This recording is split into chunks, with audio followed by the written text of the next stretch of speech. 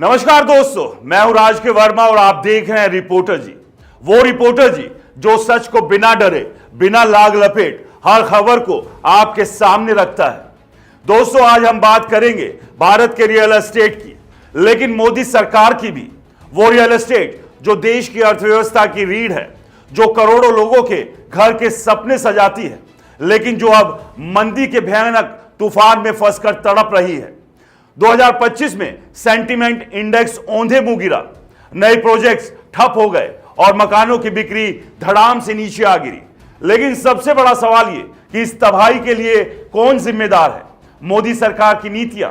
क्या सरकार ने वो कदम उठाए जो इस इंडस्ट्री को डूबने से बचा सकते थे? और अब राहत की आखिर राह क्या बची है? दोस्तों, आज के ठीक 3 महीने पहले 2024 की आखिरी तिमाही ने रियल एस्टेट को ऐसा झटका दिया कि उसकी गूंज 2025 में भी सुनाई दे रही है। नाइट फ्रैंक और नैरेडको का सर्वे चीख चीख कर कहता है सेंटीमेंट इंडेक्स 59 पर सिमट गया, जो साल की शुरुआत में 72 के शिखर पर चमक रहा था। नए मकानों की बिक्री में 26 से 28% की भयानक गिरावट आई। नए प्रोजेक्ट की लॉन्चिंग 33% कम हो गई। मुंबई और पुणे में बिक्री 31% से भी ज्यादा लुढ़क गई। दिल्ली एनसीआर का भी कुछ ऐसा ही हाल है। लेकिन दोस्तों, ये मंदी रातों रात नहीं आई। ये वैश्विक उथल पुथल, घरेलू आर्थिक सुस्ती और नीतिगत चूकों का वो काला मिश्रण है जिसने रियल एस्टेट को घुटनों पर ला दिया। रूस यूक्रेन युद्ध, मिडल ईस्ट का तनाव और अमेरिका की नई टैरिफ नीतियां, ये वैश्विक आंधी भारत तक पहुंची और अर्थव्यवस्था को हिलाकर रख दिया। निर्यात कमजोर हुआ, निवेशक डर के मारे ठिठक गए। नाइट फ्रैंक के शिशिर बेजल की चेतावनी साफ है कि वैश्विक नीतियां और घरेलू हालात ने डेवलपर्स को हाथ पर हाथ धरे बैठने पर मजबूर कर दिया। लेकिन सरकार ने इस आंधी का सामना करने के लिए क्या किया? दोस्तों, जवाब यही है, लगभग कुछ नहीं। विशेष आर्थिक क्षेत्रों को बूस्ट देने, विदेशी निवेशकों के लिए एफडीआई नियम सरल करने या डब्ल्यूटीओ जैसे मंचों पर व्यापार बाधाओं के खिलाफ आवाज उठाने की बजाय सरकार ने वैश्विक संकट को चुपचाप देखा। रियल एस्टेट डगमगाता रहा और निवेशकों का भरोसा टूटता चला गया। घर की बात करें तो मिडिल क्लास पर मंदी की सबसे भयंकर मार पड़ी।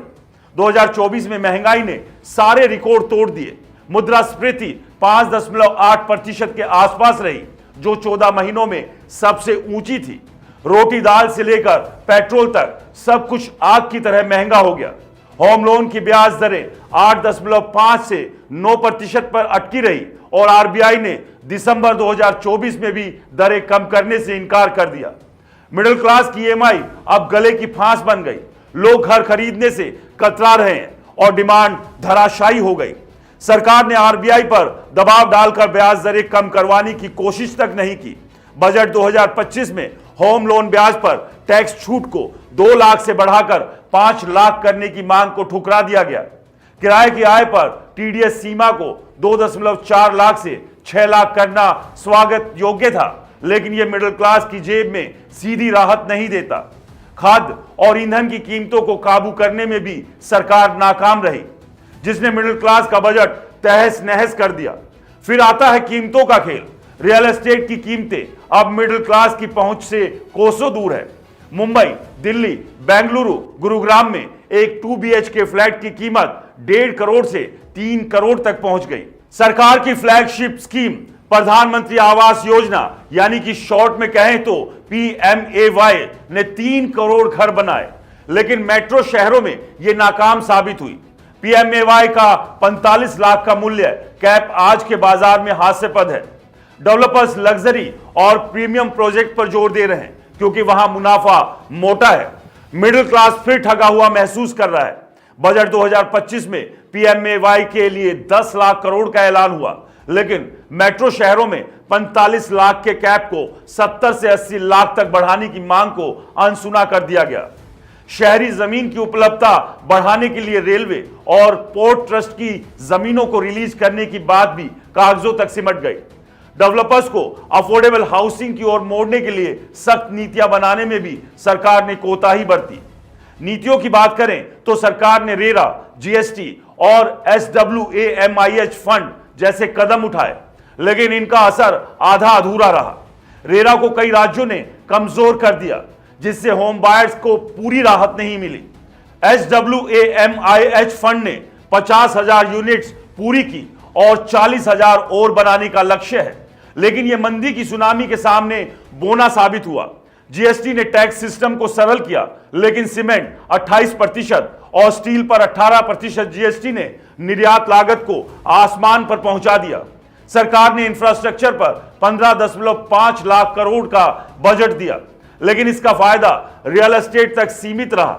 रेरा को एक समान लागू करने के लिए केंद्रीय निगरानी समिति बनाने, सीमेंट और स्टील पर जीएसटी घटाने या SWAMIH फंड को दोगुना करने जैसे कदम उठाए जा सकते थे, लेकिन सरकार ने मौके गंवाए। तो दोस्तों, यह मंदी सिर्फ बाजार की नहीं, सिस्टम की नाकामी की कहानी है। वैश्विक संकट को चुपचाप देखना, मिडिल क्लास को महंगाई की आग में झोंकना और अफोर्डेबल हाउसिंग को मजाक बनाना, यह वो चूक है जिन्होंने रियल एस्टेट को गहरे गड्ढे में धकेल दिया। लेकिन अभी भी वक्त है। सरकार अगर अब जागे तो यह तूफान को थामा जा सकता है। अफोर्डेबल हाउसिंग के लिए 5% ब्याज दर वाली स्कीम दोबारा शुरू की जा सकती है। होम लोन ब्याज पर टैक्स छूट को 2 लाख से 5 लाख और प्रिंसिपल रीपेमेंट के लिए 1.5 लाख को अलग छूट दी जा सकती है। PMAY में मेट्रो शहरों के लिए 75 लाख और टियर 2 शहरों के लिए 50 लाख का कैप तय करना चाहिए। सीमेंट और स्टील पर जीएसटी घटाकर निर्माण लागत कम की जा सकती है। शहरी जमीन के लिए सिंगल विंडो सिस्टम और FDI नियमों को सरल कर निवेशकों को लुभाया जा सकता है। खाद और ईंधन की कीमतों पर लगाम लगाकर मिडिल क्लास की खरीदने की ताकत बढ़ाई जा सकती है।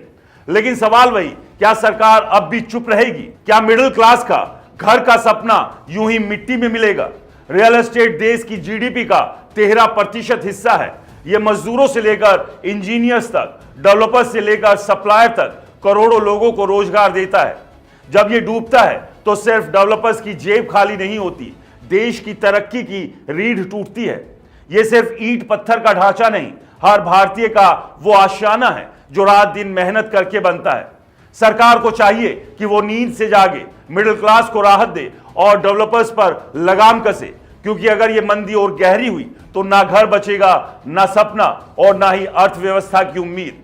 दोस्तों, मैं आपसे एक सवाल पूछता हूं, क्या आप इस मंदी को ऐसे ही चुपचाप देखना चाहते हैं? हमें कमेंट्स कर जरूर बताएं। नमस्कार।